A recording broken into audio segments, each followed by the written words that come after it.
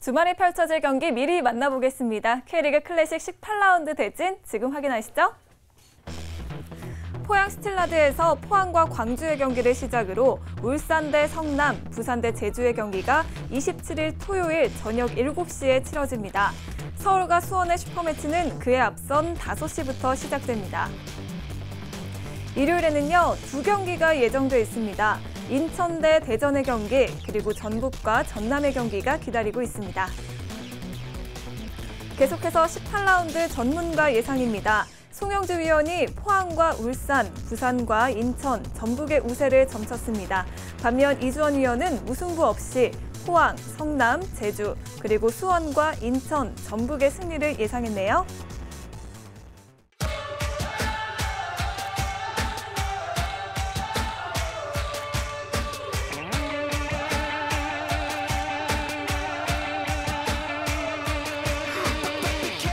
원더풀 K리그가 선정한 18라운드 한 매치. 그 첫 번째 경기는 바로 K리그 최고의 히트 상품 서울과 수원의 슈퍼매치입니다. 시즌 첫 맞대결에서 수모를 겪었던 서울이 서륙전을 펼칠 수 있을지 주목됩니다.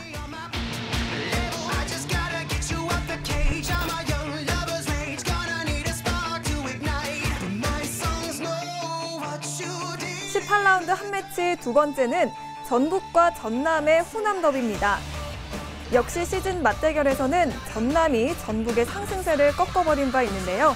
이번 대결에서는 어떤 결과가 나올지 궁금하네요.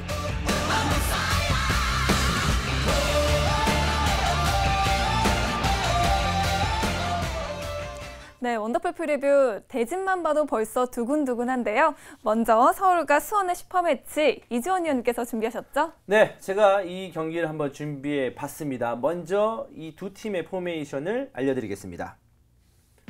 자, 서울의 포메이션입니다.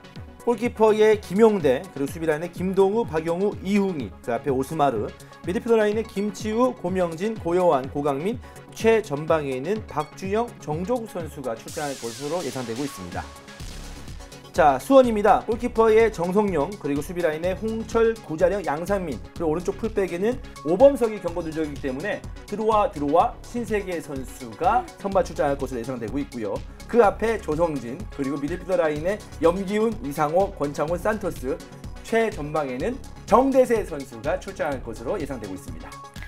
네, 시즌 첫 맞대결에서 5대1로 굴욕을 당했던 서울이기 때문에 이번에는 정말 칼을 갈고 나오겠죠?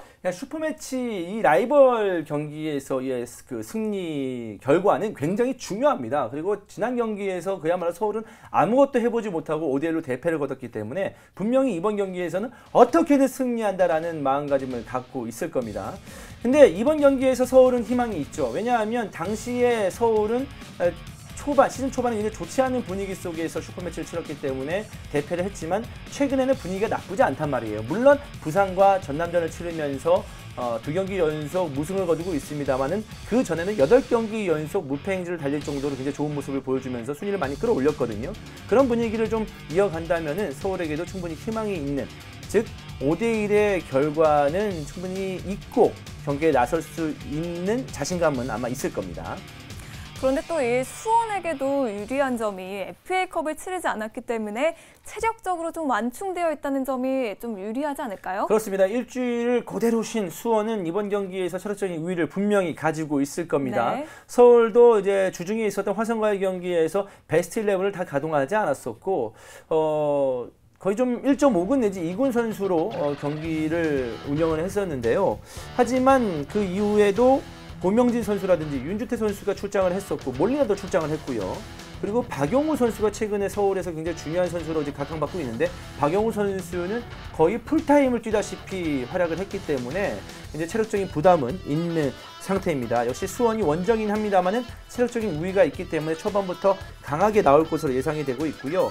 그리고 이제 수원으로서는 항상 문제가 되고 있는 수비라인, 언제나 실점하고 있는 수비라인이기 때문에 최후방에서 정선영뿐만 아니라 최근에는 전북전에서 수비형 미드필더로서 굉장히 좋은 모습을 보여줬던 조성진 선수가 김은선, 오장은 선수의 공백을 좀 잘 메꿔줘야 되는 막중한 임무를 가지고 있습니다. 네, 정대세, 산토스, 염기훈 선수에 이은 이 수원의 파괴력을 서울이 어떻게 막아낼지 궁금해지는데요.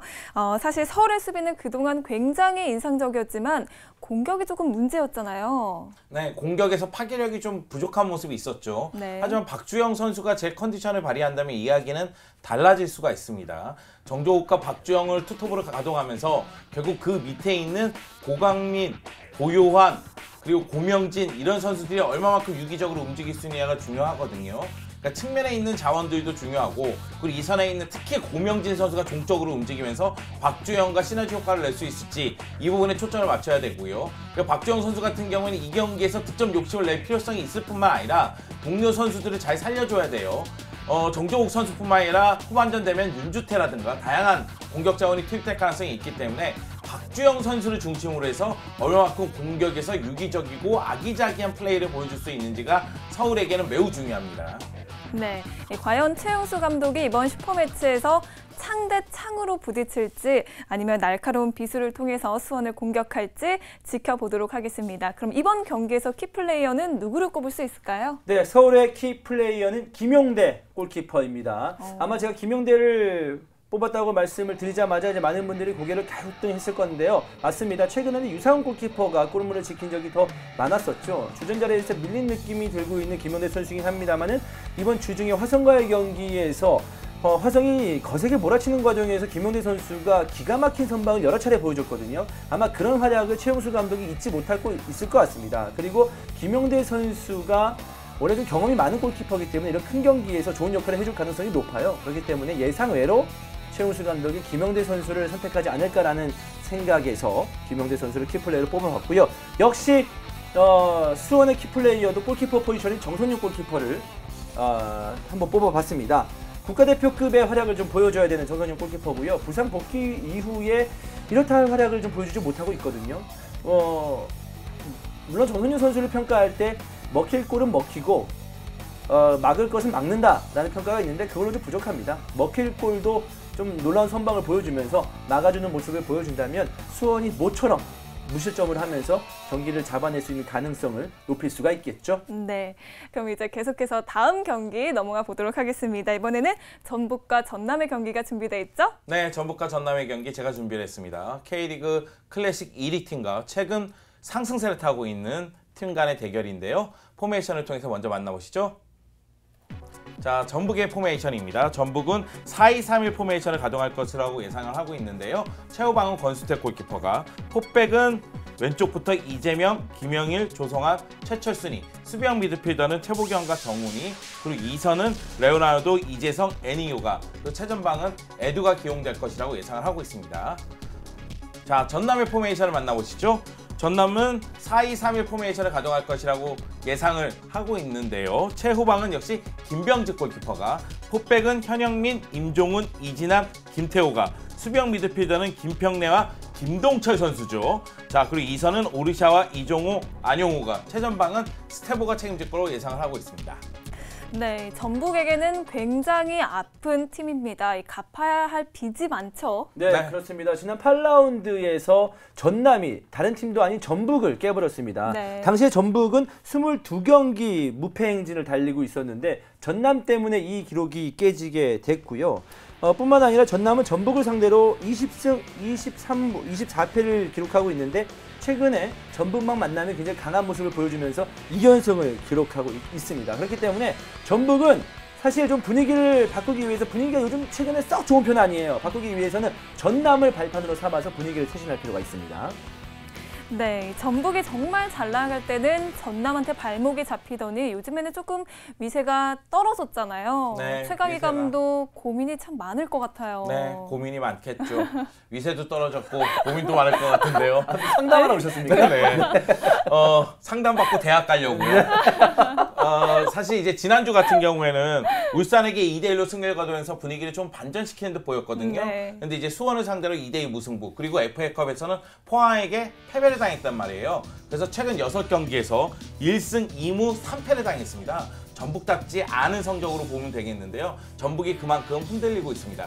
물론 이제 전북 같은 경우에는 에드와 이동국, 레오나르도, 애닝요, 그리고 이재성까지 공격 쪽에서는 모두 제 역할을 해주고 있고요. 공격적에서는 누가 득점을 해도 이상하진 않습니다. 문제는 수비 라인인데요. 수비 라인에 김기희 선수가 지금 부상인 상태고 이주용 선수는 다소 부진하거든요. 그러다 보니까 포백 라인의 변화가 조금씩 있어요. 근데 경기마다 포백 라인의 변화가 조금씩 있는 가운데 조직력에서도 그리고 집중력에서도 문제를 드러나고 있기 때문에 최강희 감독으로서는 이 수비 라인의 안정감을 꾀하는 게 최우선으로 보입니다. 네. 자, 그리고 전남 같은 경우에는 지난 서울전에서 임종훈과 오르샤의 연속골로 2대0으로 승리를 거두면서 올 시즌 처음으로 3연승을 달렸습니다. 이 파죽지세의 모습을 보여주고 있는데요. 전남은 최전방에 있는 스테보가 6골을 기록하고 있고 그리고 오르샤가 역습 상황에서 정말 대단합니다. 마무리 능력을 보여주면서 4골, 4개의 도움을 기록하고 있고요. 그 이종호 선수도 부상에서 돌아온 다음에 득점포를 가동하는 모습이거든요. 오른쪽 측면에 안영호만 좀 더 살아난다면 공격진은 거의 완벽하다고 해도 과언이 아닙니다. 그리고 이제 수비형 미드필더는 굉장히 많이 뛰고 상대를 괴롭히는 김평래가 아닌 김동철 선수가 둘이서 같이 호흡을 맞추는 모습이 나오고 있고요.